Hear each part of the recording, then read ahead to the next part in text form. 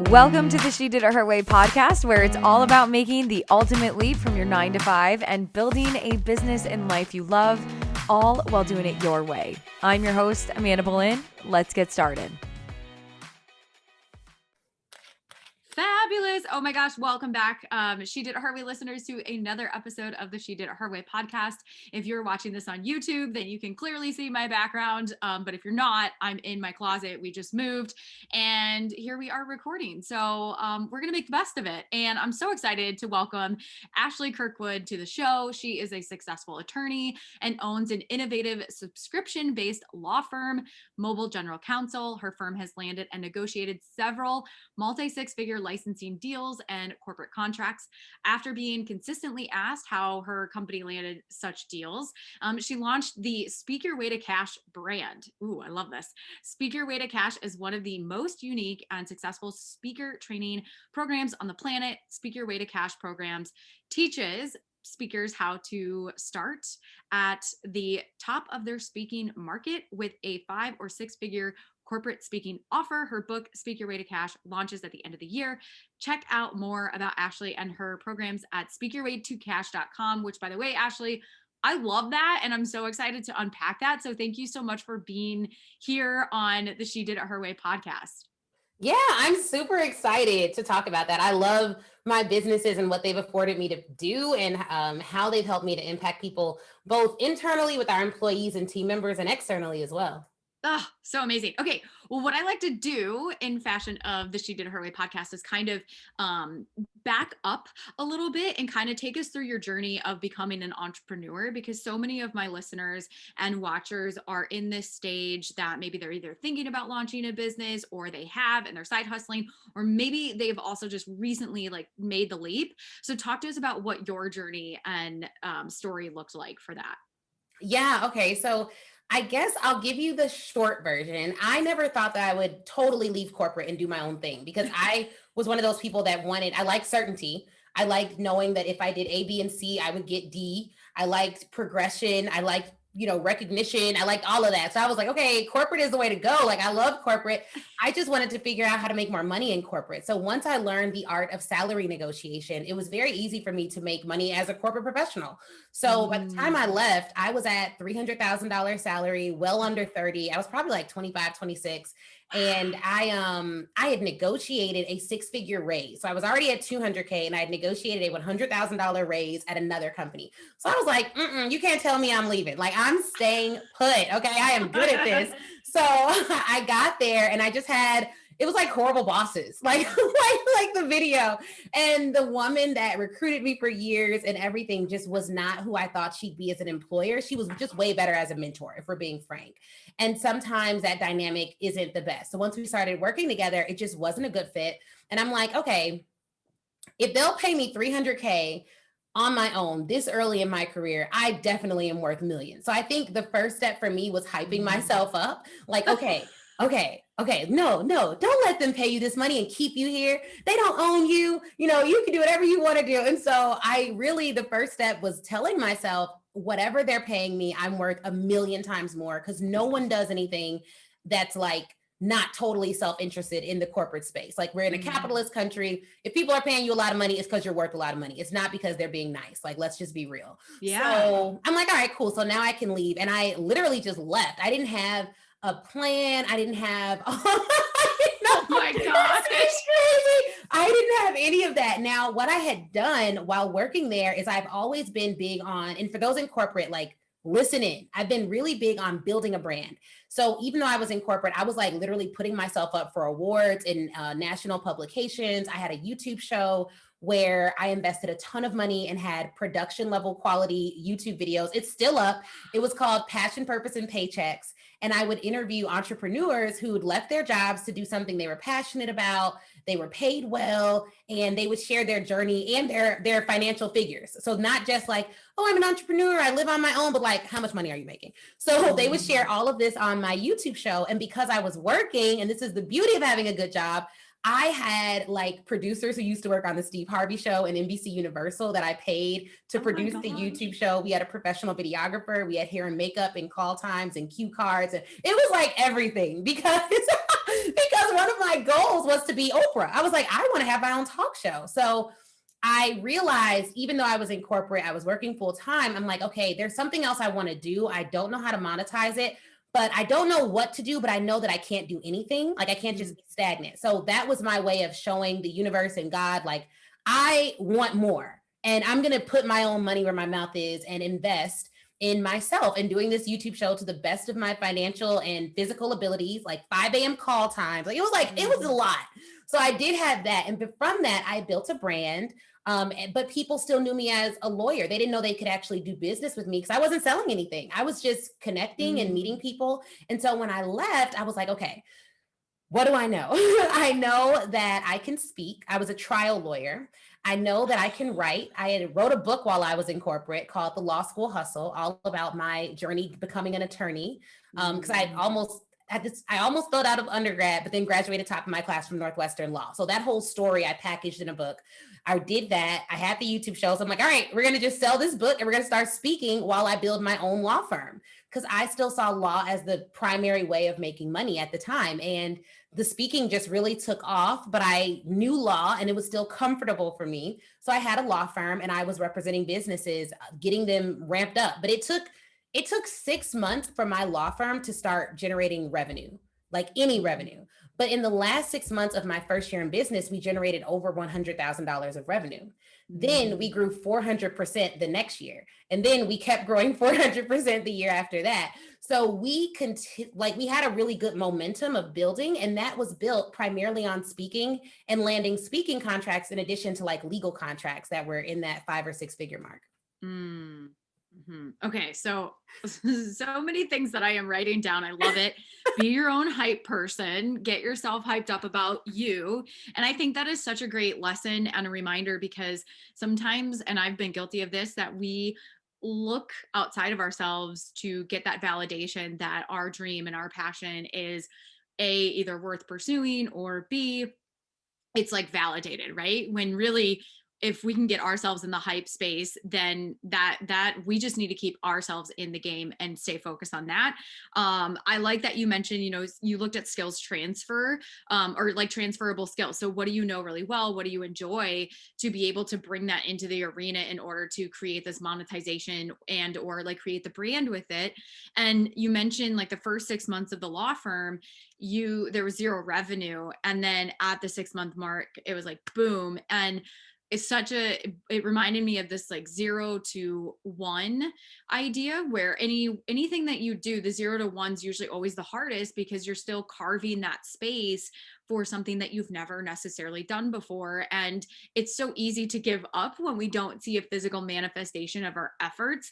And then we get into thought drama, and then that actually causes us to stop taking action, where it's like, no, it's happening. It's just, it may seem like things aren't physically moving, but so much else is happening that we can't see. And so it's just love that, to like keep focused, and to not like give up, and to not fall into that mindset. So you created, you negotiated, there's so many things we can unpack. So you're in your corporate law firm. I do have one question. What was the tipping point for you to leave your own firm and then start your own? Was there a tipping point, or did you what was that emotional experience like? Yeah. Because so many of us are like, we see people quit their job and we're like, oh, they just woke up and quit their job. And maybe that's the case for some, but I'm curious for you, what was that lead up and leap look like? I think for me, it was feeling unheard and disrespected at work. Like that to me was like, okay, I'm a grown person. And for me, also being a Black woman in America, I have seen my parents have to basically, I don't know if it's eat crow, but basically like swallow their pride and deal with it because someone over them, quote unquote, says something. Like they have to keep their job. And I've seen so many of my mentors and my peers and people that I really admire have to like take the disrespect because they didn't have anywhere else to go because they were trapped by the money. And so for me, when it was consistently like, I didn't feel like I was heard. When I brought up concerns, it was really brushed under the rug, and I didn't feel respected. And I didn't see anyone that looked like me at the top, and everyone at the top, I did not want their life. So I think when I sat with myself and was like, okay, if you stay here you will make millions of dollars. Like I had a clear path to having a $1.2 million salary year over year. So like that was cool. I was going to make the money. But it was like, but do you like the lifestyle that you're going to attain? And so I looked at everyone at the top of the firm, and I'm like, I don't want any of their lives. Like, I don't want their relationships. I don't want their relationship with their kids. I just didn't want what I was seeing as the gold standard. I didn't want to work all night. I didn't want to travel all the time. I love being with my husband. I know that's weird for people nowadays, but like I got married and I really like the guy so much that I recently hired him to work in the business so we could be together all the time. Like we just love spending a lot of time together. And people at my job are just like, well, I mean, that's not going to happen. Like you can't do that, or that's weird. And you know, if you have kids, you're going to be away from them. Just I didn't want what I saw at the top. And I think because I had just negotiated the salary, it was 6 months into making that salary. I'm like, okay, the only thing that's going to happen if you stay is you're going to make more money, you're going to get promoted, and you're going to get more trapped. So if you feel trapped by this 300K, if they pay you 500,000 or 600,000 and give you a partnership title, you're going to feel more trapped. It's never going to be a better time to leave for you than right now. All you're going to do is make more money and feel more trapped and get more caught up in all the stuff that doesn't matter. So I'm like, okay, cool. I could leave this. I just started making this much.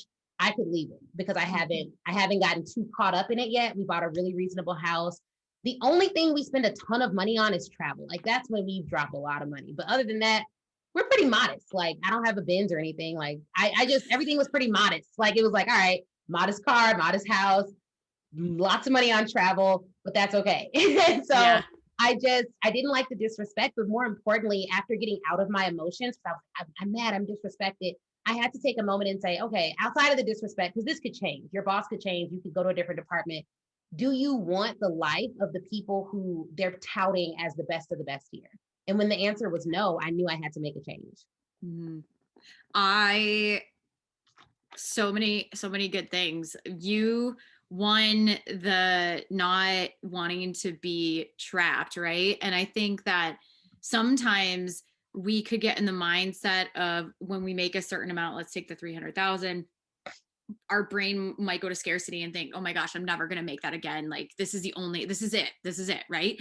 And that thought keeps us stuck where you're like, no, because I've made it here, I know I can do it again. Right. So even just that switch, and I'm pointing this out because I think it's helpful for anyone who's listening to kind of take this moment and reflect in their own mind and think about like, okay, you know, what am I making, and do I make it mean that I'm not going to be able to make it in the future, or how can I flip it in a way that is serving to me and makes me motivated? And you used the proof and the evidence of what your, let's just call superiors for this, for lack of a better word, as like, that's my future life. And you're saying, that is not what I want. And you used it as leverage in order to get to the next step. So again, I'm just like kind of recapping because these are such golden nuggets that I think are really important, especially anyone who's considering leaving their job or has left their job, and acknowledging you had said that, you know, it doesn't matter where I go, like circumstance, but it's what can I do in this moment? So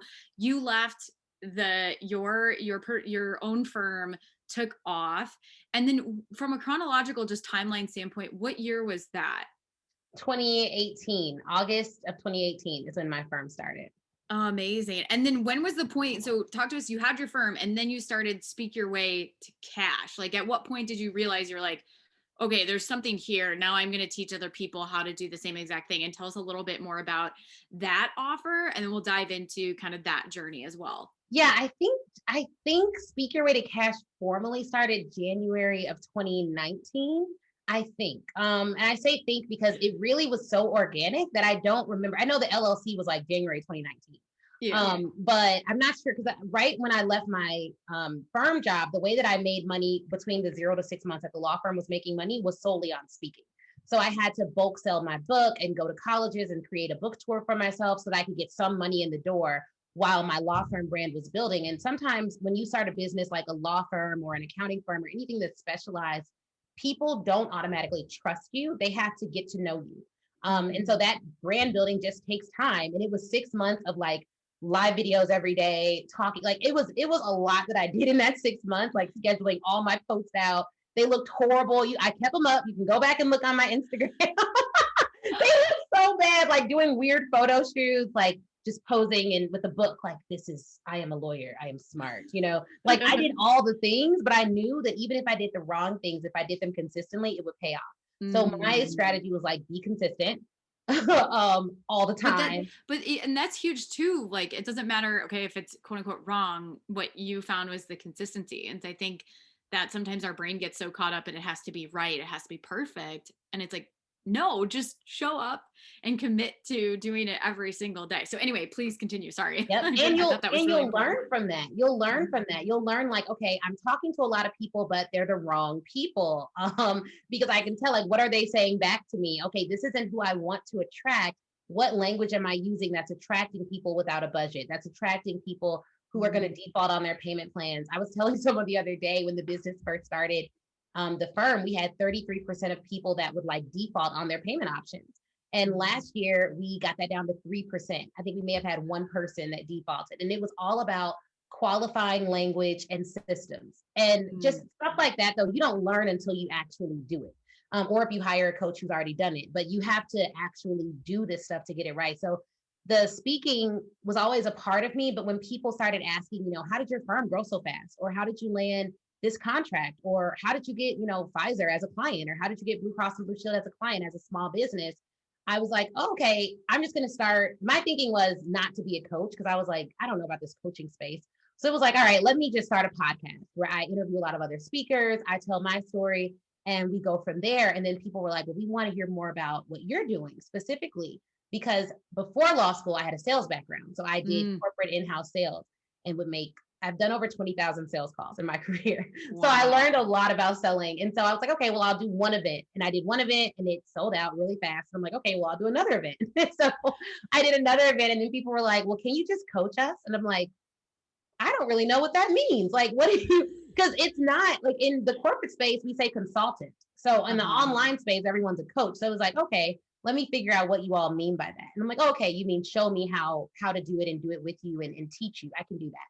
So I did a small coaching program, launched it, and people bought, it was like $5,000. And I'm like, whoa, people bought this. This is incredible. So after that, now we're on our 6th Speak Your Way to Cash event. We have a full 6-month-long group coaching program called the Academy, a high-level group coaching program where we really build out your 5- and 6-figure offer with you. I've worked with an instructional designer to make it really meaty and good and filled with SOPs and swipe files and all of that. So it's evolved. But I say the story to say, you have to just listen to what people are asking for you to teach them, teach someone, get some results, and then put those results out there and more people will come. But don't rest on your laurels. We're always evolving the process, advancing the process, up-leveling how we serve our legal clients and how we serve our speaking clients. And that stuff will come with doing and just caring. And the money follows all of that, of course. Yeah. And even just what you said, listen to what people are asking you for. And sometimes what they're asking you for and what they're praising you for and what they say, you're doing really well, I think, because then that can help highlight some of the things that someone's doing, but they don't even know that they're doing, and then test it, right? Because sometimes it's this thought that again, going back to it has to be perfect. But if you can get a group of 5 people and test the content that they're asking you for and prove it and get those successes, those results, and you can share it, and other people can come through and continue to work with you. That's amazing. So what would you say then, so Speak Your Way to Cash and where that's at, looking back on your entrepreneurial journey, what's something that you wish you would have done sooner? I wish I would have had an offer for people to work with me after the first event. So we would do this incredible event. We're on our 6th Speak Your Way to Cash event. It's happening in November. Our 6th one, which seems crazy. We've done 6 of these at this point in different cities and everything. It's our 6th one. I'm so excited. But the first one, I think it was a couple $100. People came to a venue. And then at the end of it, people were like, whoa, I've just gotten all this information about how to make money speaking. And I was like, okay, cool. You got it. Go make money, And they were just most of the people who went to the first event, it took them years to implement what we taught at the first event. And it would have taken them months if I would have been all right, you've gotten all this info. If you want to do it with me for the next few months, this is the cost. Let's do it together. That that validation that people need that you're talking about is critical to your success. So I really specialize in working with lawyers, doctors, engineers, like people who have advanced degrees who want to package that up and put it into the corporate marketplace with a 5 or 6 figure offer. All of the women I work with are high achievers, all of them. So the number one issue is not, it's not the technical product. It's not putting together the speech or putting together the program. It's putting themselves out there when everything isn't perfect. And so a lot of what I give isn't even, I give a lot of strategy, we give all of that. But what people really pay me for is to curate confidence in them. So what I'm really doing is telling them, no, no, no, tell them 15K. No, no, no. Write 15K and press send. You know what I mean? Like, no, tell them $150,000 and press it. Follow up with the email and say this, like, say it, trust me. And it's like, it's helping them to realize, okay, I can do this because someone else has done it and this is normal. And when successful women know that something is normal, they're like, okay, well, I mean, obviously I can do it. But what holds us back, because we're used to getting all A's, we're used to getting promoted, we're used to being told we're smart, we're used to being told we're good enough. So that what holds us back is wanting that validation and knowing that if we do something and it's not all the way tied up, it may blow up in our faces. So I think what people really need in a coach is a coach that can curate confidence. And that's a lot of what I do in Speak Your Way to Cash Academy, because they're all smart, you know. I can give you the swipe file, but if you don't send the email, that swipe file isn't going to help you. So yeah, no, I love that. Like cultivate that confidence and curate that confidence so that they can take that next step. And working with your students and even, you know, listeners who are tuning in that are thinking about wanting to get into speaking, like what is the entry point? Where's their first 1, 2, 3 baby steps that they can take to go down that path? yeah, so the first, I talk a lot about topic, target, match. You want to choose a topic that you have a target audience for that will pay you for that topic. And then you want to put it together. So match it up, like actually ask people to do work with you. One of the things we talk a lot about in Speak Your Way to Cash is the paid method, which is our proprietary method for coaching. So P stands for press. It's great to have a brand. All corporate clients will Google you, and they're not going to just look at what you send them. They're going to go to Google and Google something. So it's great if you have a press strategy, a way that other people are saying how great you are. And then you want to assemble that offer, and it should be a package, the ultimate package. Don't just sell someone on one speech. You want to sell them on like the full thing. They may need 2 or 3 speeches to get their end result. They may need a couple of different like consulting sessions to get their end result. So assemble that offer together and have it ready to go for your clients. They know that you can't just do one thing. You can do a lot of different things and continue to serve them for a long time. And then you have to have a strategy for inviting people to work with you consistently. Like if you're not, every business owner listening to this, if I ask like, what's your sales plan? How do you sell what you want to make money on? And you're like, oh, I don't know. I mean, I do a Facebook post. Okay, well, that's passive. But what is your active strategy for getting more people to know about who you are? I did a live stream today and I was like, y'all don't want to know the secret to landing 6-figure contracts. You have to ask some more people to spend more money with you more consistently. Like that is how you make more money. It's not rocket science. Now, the way in which you do that is strategic, but at base level, choose a topic and then ask people to spend money with you talking about that topic. And then D is deliver an amazing service. So deliver an amazing customer service experience on the back end, and then also deliver a really good product. So have a way to deliver that information that you've thought out, that you formulated, and that you're confident in. Love that process. Can you tell us, I'm just thinking of like, can you share a success story of one of your students who was able to apply the process, that came in that maybe was like, oh, I don't know, Ashley, like this is kind of overwhelming and scary. Like, can you share a story with it? Yeah, for sure. So I have so many. We just had a client in our group say the other day that they landed, or they're in the final stages of negotiating their first 6-figure contract. And this particular client has raised her rate several times and she's on the track to do that. And we have another client who's really successful, was already a PhD, already was a writer for Forbes, already had a lot of the press accolades together and was doing more of that, but wasn't using the right language to close the leads that she was getting organically. And so we switched her from doing like one-off speeches to licensing her speeches to companies. And she, from that one switch, was able to land a $30,000 contract, 30 plus $1,000 contract. And so that is a huge success story. We have another client who started with us. Her rate was like, she made $20,000 last year as a speaker. She was able to make more than that in her first quarter working with us from speaking engagements. And so she's on track to have her first 6-figure year solely from the speaking side of her business.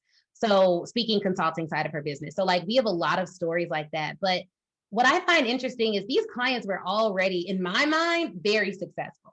And I bet a lot of your listeners are already successful. You're already a customer service pro on your job. You already are getting great accolades. You're already educated. You've gone to college. You've gotten your graduate degree, or you have experience. So you've never gone to school, but your experience speaks for itself.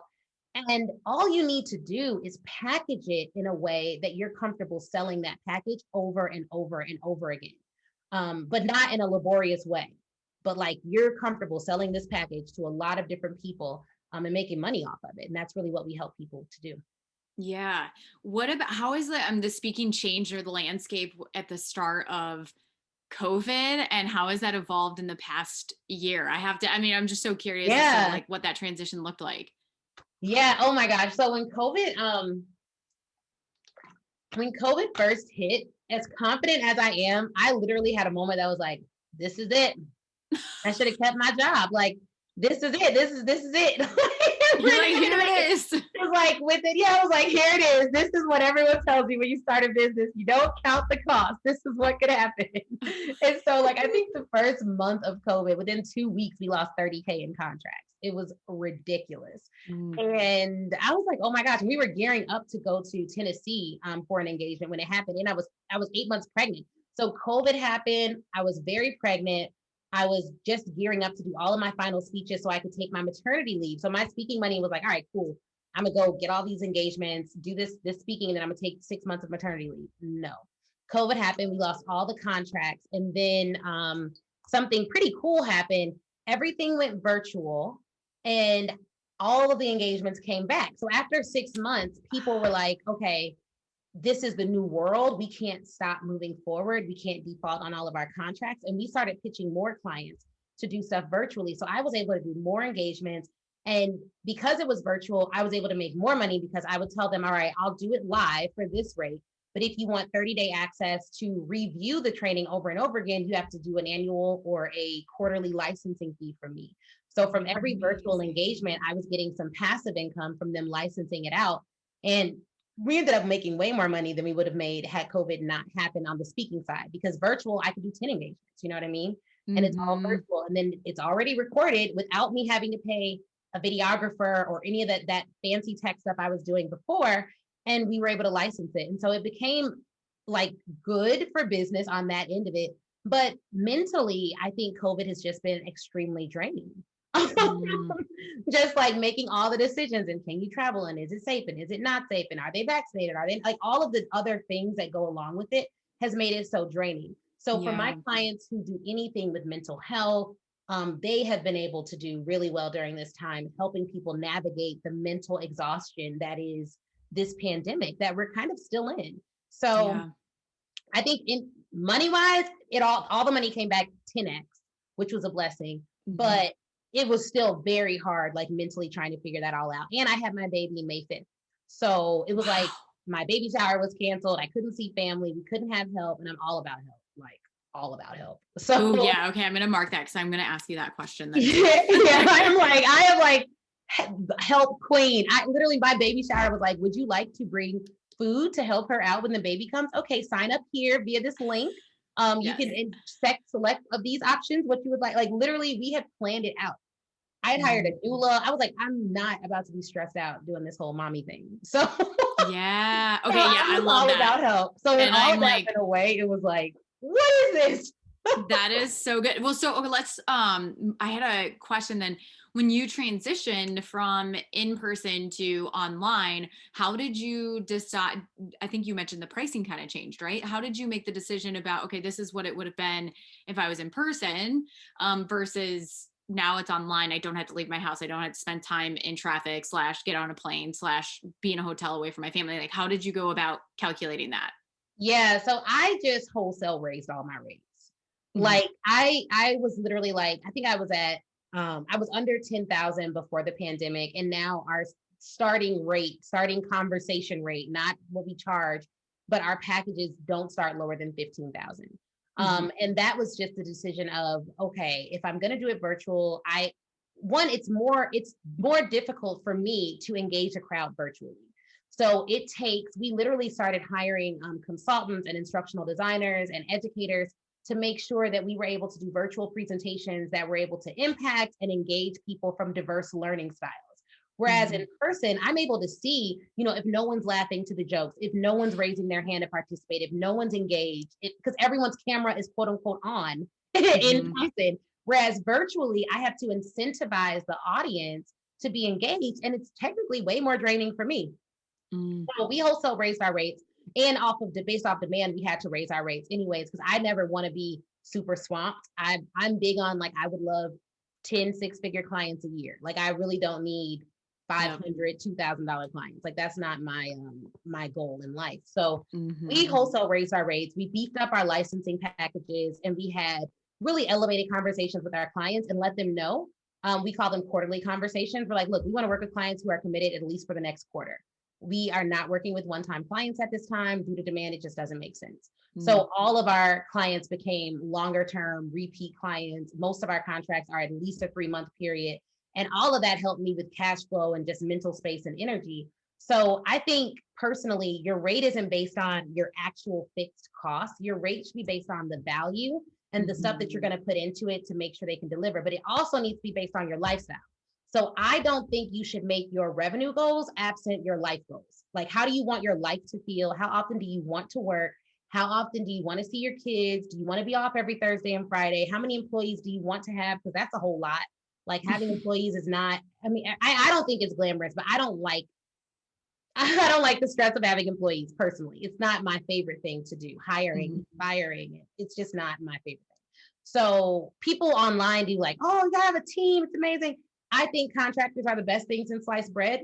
If you're going to have employees, just be prepared for what that involves. But you can make your business model around how you want your life to live. So that's kind of how we did it. My husband and I like taking vacations. We like being off. Yeah, that was one of the questions that I wrote down as you're explaining it. Like, how do you define what your success is, or like what's enough, right? Because I think sometimes there's this hamster wheel that sometimes we can get on and we're not even aware that we're on it, because we're like, oh, we should want more, right? Like, oh, well, this person's making X amount of money, but if I make $250,000, to me, that's my revenue. That's what I want. And so what was that journey for you? Had you always known that, look, I'm putting my lifestyle first, I'm figuring out what I want, and then I'm just going to build the business around it? Or did it take time, and was there a transition point of you learned it and experienced it this way to then come to the conclusion you're like, no, that's not how I want to do it? Yeah, it was what you just said. So when I first started the business, it was like, I need clients. So I think that it would be disingenuous to say, like, I've always been like lifestyle first. No, I was like, I have to afford myself the luxury of dreaming. And I don't think that we're honest about the fact that before you have a certain amount of money in the bank, dreaming is legit a luxury. So I made sure all of the bills were paid, all of that. And I'm married, so thank God for that. My husband's awesome. He's always worked and helped support. But he works in the nonprofit space, and I've always worked in the for-profit space. So I was always the capitalist corporate one of the family. I was like, nope, they're not paying me, I'm not coming. And he was like, no, we gotta help the people. So like, so when I left my job, it was like, okay, we got to figure this out. And so the first year, it was really like, how do I make money? And after that first year, when I saw where the money was coming from and how I was making it, me and my husband, he's always been a really good advisor to me. We sat down and we looked at every single client we got, where we got them from, what activities we did that drove those clients to come from us. And then we figured out where we could invest and tweak. And he was really the driving force of like, all these prices need to go up. Like, this doesn't make any sense. And what if you did this? Have you thought about this? Because I never liked having a boatload of clients. Like, I didn't want to play the volume game. I wanted to work with, I can kind of consider my clients like family and friends. We get really close and personal. If I see on Facebook someone has passed, I'm sending flowers. Like, we have a very high touch relationship with our clients. And I I've never seen how you can't really scale that if you're going to do it like that. So for me, I wanted the right amount of clients. I wanted them to have a long-term relationship with me. And I felt a lot better when I had that. When I had 20 high value, very engaged, very appreciative clients, I felt better than when I had hundreds of clients on the other end. And clients act differently based on what they pay you. So I've said this quote before, but your price is always talking. So if you charge $5,000 for something that most people are charging $20,000 for, it's telling a client something about your service. I didn't like what my prices were saying to my clients when my prices were lower. I wanted them to know they're getting the best of the best. We are world class. We have trained all over the world. I have spoken in other countries. Like, they needed to know that, not from just what I said, but from the price they were paying me to do business with them. That's so good. And then how did you decide from like income or like how much you're going to pay yourself, and like what did you need? Did you start with like actually, I'm not even going to preface. I'm just going to ask the open-ended question and I'm going to leave it there. So here we are. Like, how did you determine that? And then how has it changed over time? Yeah, so it was really like, for me, it was like, okay, I was making $300,000 a year for my job. I knew that I needed to bring that in. But the bottom line number was like, okay, our bills cost us, this is embarrassing. We were spending way too much money, but our basic bills were like 50 grand a year. So we spent $50,000 a year just to live. So that meant like our mortgage, our car, our eating out expenses. Like, we didn't budget. Like, we didn't put ourselves on a strict budget. It was like, all right, look, we spend $50,000 a year, like, out the house. So we are not even breaking even as a household if we don't have $50,000 coming into this household. And then, of course, after that, it was like, all right, but then we also take these lavish trips to Thailand for like 2-3 weeks at a time, twice a year. So we were like doing the most. And then it was like, and then we got to fly business. So like we looked at our baseline expenses. That was like 50K. And then we looked at what we were spending money on outside of that. And we were discretionary spending like 4 to 5K a month. So we were just spending like, don't judge me, all you financial. No. We were spending I just love how you money. own. You're like, we took 2-3 weeks in Thailand. It was luxurious. And by the way, we flew business. Like, yeah, just like that's my price. It's so, I think it's so important for us to know what levers that we want to pull in our life and not judge those levers. I think, cause like, it's when we judge, the thought drama comes up and we kind of like stall out. But if you like something, just, it's okay to like it, right? You like it. And it's like, for us, it was like, okay. And then after that, so we looked at baseline, then we looked at what were our, just lavish expenses. What are we spending money on? Going out, going to plays. We love the theater. And then it was like, okay, we could give up that stuff temporarily. But my husband was like, I'm not giving up. He was like, look, you can do this whole, like, run your business. I'll support you, whatever. But within a year, you need to be profitable. Within 6 months, you need to be profitable. Well, it was 6 months I needed to be profitable. And then a year I needed to be sustainable. So he's like, after that year, if you're not sustainable, meaning you don't have enough money to, contribute to the life, because I really paid for all the fun stuff. So if you can't contribute to that stuff within a year, then we need to reevaluate and make sure you're still doing what you want to be doing. And of all the stuff we spent money on, it was like, what is the one thing that makes us the most happy? It was traveling. So we get all our best ideas traveling. It really is integral to the way that we think and live our lives and our value system. So I couldn't give up traveling. And he was just like, we got to take that trip. So the goal was make enough money by the end of the year so we could still take our trip to Thailand. And that's kind of how we thought about it. And I didn't put myself on a salary until like I'm on payroll now. It was until I think not the beginning of this, was it this year? Maybe this year. I was taking owner's draws. So I have LLCs. I was taking owner's draws and that was fine. And I realized I really didn't need that much, but I put myself on a salary this year. My husband joined, he's on a salary. And then we have one full-time employee at the law firm that's also on a salary. And then he and I both are also on a salary for Speak Your Way to Cash. So the two businesses, it all works out in the end, but we really just had to look at our numbers and figure out what we needed to make to pay our bills and keep ourselves sustainable year to year. And then the salary, you can work with your accountant to make sure that you don't, because strategically, you don't necessarily want to pay yourself 6 figures a year. You may not want to do that. So you just have to work with your accountant to make sure you're doing everything as, according to the law, but you're being strategic, because you got to think about, like, now we pay healthcare. full benefits for us and our employee. And then we're thinking about retirement planning. So we have to put a certain percentage in our retirement account as well. And we're doing our estate plan. So there's a lot that goes into, because I think online you just hear about owning your business, making six figures, but $100,000 wasn't going to get me nowhere. Like that wasn't like, I thought it was, I was like, oh, this is great. And then you realize, okay, but I can't sustain anyone else's full-time salary on this. I can't provide benefits. I can't provide health insurance.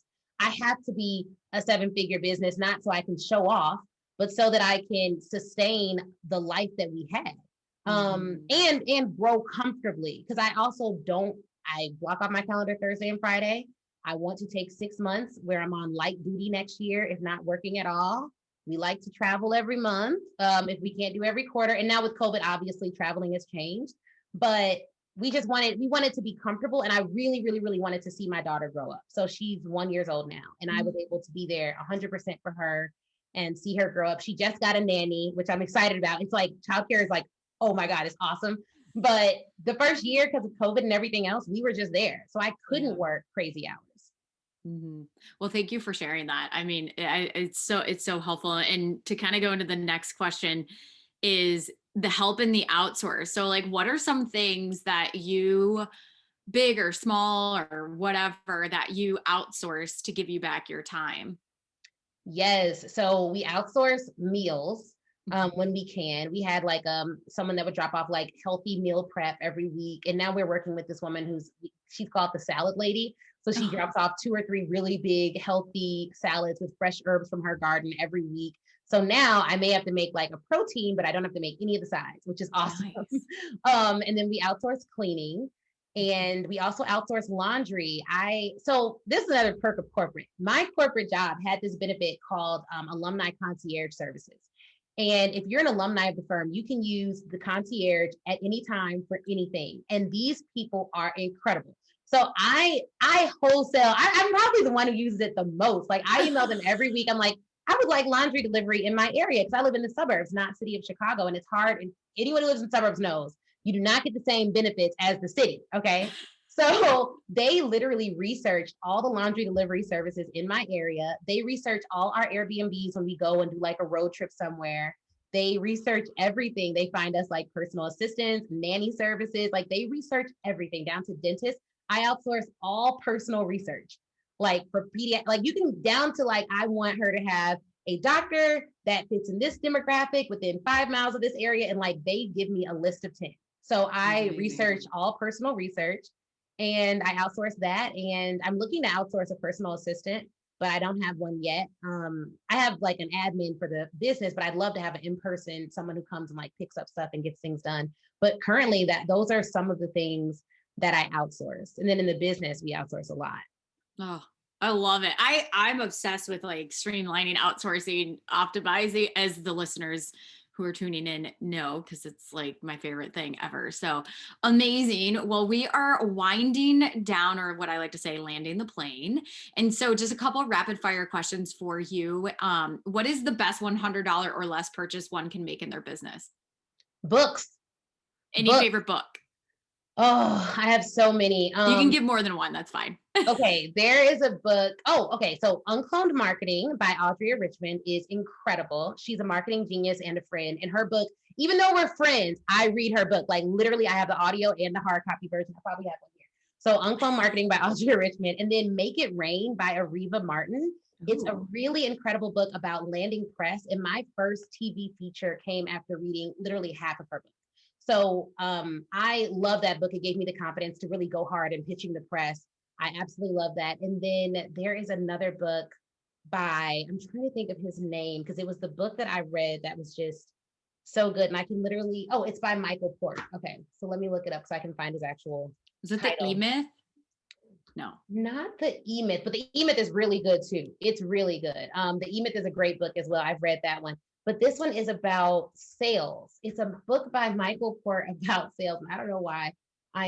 Book Yourself Solid. That's the name of the book. Book Yourself Solid is incredible for sales. There's so many books that we've read. Traction is another really good book. And I think you can get all 4 of those for under $100. But those are the books that I would recommend. And then the Speaker Ready Cash book, when it comes out, is going to be one of those bestsellers. I love it. That's amazing. What are you most excited about in the next 3 months of your business? Oh, 3 months. I am most excited about we're doing our final open house for the Speak Your Way to Cash Academy, and I'm really excited about that. And I'm just excited about the event. Like I like planning events, even though they give me a little bit of anxiety. Like if there's anyone every year, I feel like, is anyone come? Like, why are people gonna come to this? So let me see. So even though you have stuff down and it's our sixth one, I still get those jittery feelings, but it's so much fun seeing your vision come together and seeing people buy their tickets so early. And we're looking at venues over the next 3 months, and we're doing it all, even though it's virtual, we're doing it big. So we're gonna have a venue, and I want to be able to see all 250 people everywhere so I can bring them on quote unquote virtual stage. So I'm Yeah. excited about the technology that we'll get to implement this year over the next couple of months. Oh my gosh, that's incredible. That's amazing. Last question. Where can my listeners learn more about you and connect with you? Yes, definitely. So you can find me in the Speak Your Way to Cash Facebook group, and go to speakyourwaytocash.com for some free goodies, some paid goodies, all that fun stuff, and connect with me there. And I still check my email. I've tried to outsource that and it just has never really worked. So if you want to email me, you absolutely can.